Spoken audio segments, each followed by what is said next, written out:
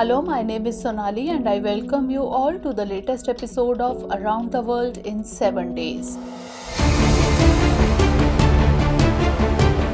South Asia is the southern region of the continent of Asia as defined both geographically and ethno-culturally. The region includes India, Afghanistan, Bangladesh, Bhutan, Maldives, Nepal, Pakistan and Sri Lanka.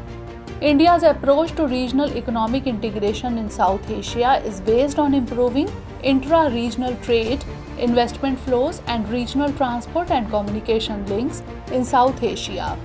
The South Asian Association for Regional Cooperation or SAARC and India's Neighbourhood First policy are the two vehicles of this process. Culturally, the region has many commonalities but also challenges such as political and economic instability, high inflation, dwindling foreign exchange reserves, and domestic unrest affect this region, which is home to almost a quarter of the global population. Recently, there have been some activities in South Asia which cannot be called normal. French President Emmanuel Macron made a surprise visit to Sri Lanka. This visit was the first visit by a French president to Sri Lanka. This was seen as a foreign incentive for the economic integration of the Indian subcontinent. On the other hand, Japanese Foreign Minister Yoshimasa Hayashi recently visited Delhi, Colombo and Malé. At the same time, Prime Minister of Nepal, Pushpakamal Dahal, and President of Sri Lanka, Ranil Wickremesinghe, came to Delhi. The visits of these two leaders point to the changing currents in South Asian regionalism. The big question then is whether India's emergence as the third largest economy with growing financial resources and a major technological hub could have an impact on the rest of the subcontinent. How can India lead the development of South Asia? Let us try to understand. In fact, the pessimistic discourse on South Asian regionalism is mired in two old propositions. One is that South Asia is the least integrated region and is insufficiently connected to the world. Second, it is being speculated that the path to regional integration in the subcontinent must necessarily pass through SAARC. The first thing is well known for a long time, while the second thing has become irrelevant for the future of this sector. We are saying this because the SAARC grouping has been inactive for a long time. The 21st century has seen considerable improvement in relations within the Indian subcontinent and between South Asia and the world. The share of intra-regional trade in the subcontinent's trade with the world has increased from about 2% in 1990 to about 6% today. But it is nowhere near the potential and achievements of other parts of Asia. It is true that SAARC is in a dying state. The last summit was held in 2014.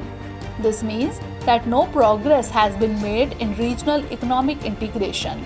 In an ideal world, SAARC could be the vehicle to reconnect the region.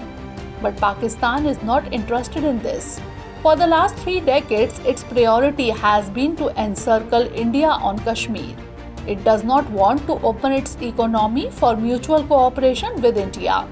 In such a situation, the success of SAARC cannot be imagined. Firstly, there is a renewed pressure to bring about economic reforms in the region. The recent economic crisis in Sri Lanka and Pakistan are forcing the government to make serious and painful economic changes. Nepal and Sri Lanka today are more open to trade, investment and connectivity with India. Pakistan is turning to the Gulf countries to end its dependence on loans and bailouts. Recently, Pakistan announced a list of 28 major projects worth billions of dollars that would be open for investment from the UAE, Saudi Arabia and Qatar. This sector appears big in the economic calculations of India. As India's relative economic importance in the world has increased, its trade relations with its neighbors have also increased. Delhi's trade volume with its neighbors is now impressive. For example, Bangladesh is the fourth largest destination for Indian exports.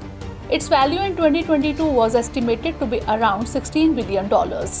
India's exports to Sri Lanka at about $6 billion are almost equal to India's exports to Japan. Delhi's exports to Kathmandu exceed $8.5 billion. The renewed great power rivalry between the US and China on the one hand and the deepening conflict between India and China on the other have changed the geo-economic model of the subcontinent. While de-risking its trade relationship with China, the US and its allies are now promoting economic and technological engagement with India. They are also promoting economic integration between India and its smaller neighbors. For example, the US helped Nepal with energy and road connectivity with India through a $500 million Millennium Challenge grant. Kathmandu approved it last year despite considerable opposition from China. Japan is now promoting sub-regional connectivity between India and Bangladesh, which could potentially change the economic map of the eastern subcontinent and the Bay of Bengal. India can take advantage of regional trade, connectivity, and investment and strengthen the South Asian Free Trade Agreement as a game changer for the region. This will spur economic dynamism that will lower barriers to inter-regional food trade and encourage regional supply chains.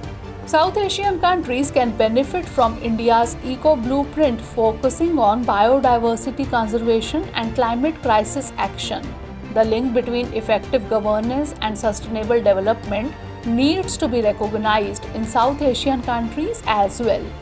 India can enhance the organizing capacity of sub-regional initiatives like Bay of Bengal Initiative for Multi-Sectoral Technical and Economic Cooperation, that is BIMSTEC.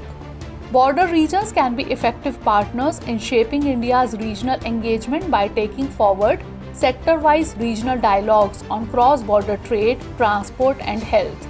India can strengthen its position in the region by extending necessary assistance and gain economic and strategic influence vis-a-vis China. To promote the interest of South Asian countries as a group, India can become the voice of South Asia in international fora.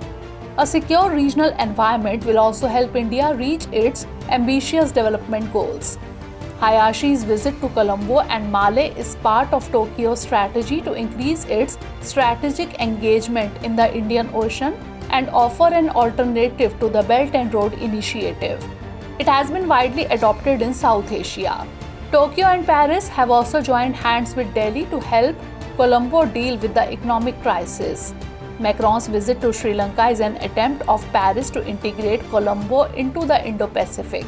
Meanwhile, India, which a few years ago was complacent with China's growing economic presence in the region, has drawn a somewhat competing line in the subcontinent with its own set of regional infrastructure projects. India is now working with like-minded partners to provide credible economic options to its neighbors. New economic openness of the region, Delhi's strong neighborhood policies, and Western support for India-centric regionalism in South Asia are three things that together could change the geo-economic landscape of the subcontinent. So that's all in this discussion. See you in the next episode. But before leaving, let's note down a practice question based on today's coverage. How is India poised to become a major economic power in South Asia? Analyze.